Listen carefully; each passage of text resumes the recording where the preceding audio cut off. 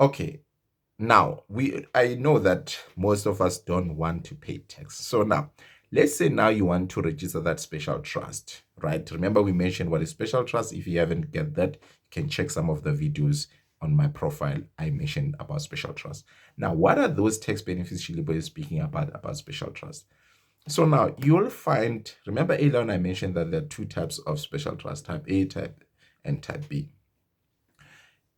The benefits with type B special trust is the fact that the income that goes into that special trust will be taxed as if they're taxing an individual, which is a nice scaling tax system.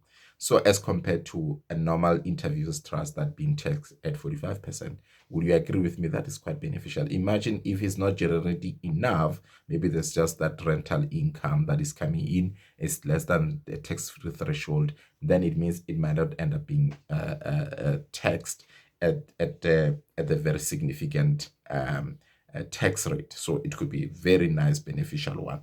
Now, then we've got a type A special trust. As I mentioned, those are trusts where people are physically disabled, they can work, they can do much, they can't generate sufficiently income to look after themselves. Therefore, people end up creating special trust like type A, where it can look after them. Maybe they've got money as families, they put it in the trust, or for that matter, they got money from road accident fund, and then they put it in those trusts to generate even further money so that they can look after these particular individuals. Now, there's further benefits with that in terms of if that trust were to sell assets, it would be taxed as if it's a natural person, which is you and I, which they have preferential tax rates for that. Things like a less inclusion. There's also annual exclusion allowed for that. And if also there's an asset there that has been used as a primary resident, which is where that particular beneficiary is staying in, when they dispose that asset, it can actually benefit to that primary residence exclusionary amount of 2 million. So which is further benefits that comes with that, right? So there are these types of also, I mean, like I said, it also benefit from being taxed at the scaling rate, which is beautiful.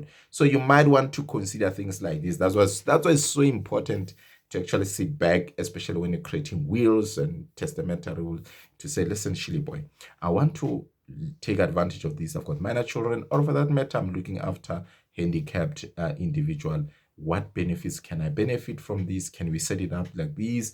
Maybe I've got assets that I want to bring it in, all those type of initiatives that, because it's about creating a well-being of our dependents, isn't it? Because one of the legacies that you want to leave behind is to ensure that those that you love, you care about, you are creating this well-being road towards their lives, right? You don't want the situation where should you pass on, they can't be taken care of. So use people like us. Let's set up all these instruments. Let's set up all these frameworks to ensure that all our investments are sound, and then we're able to have legacy that we're hoping for. Okay?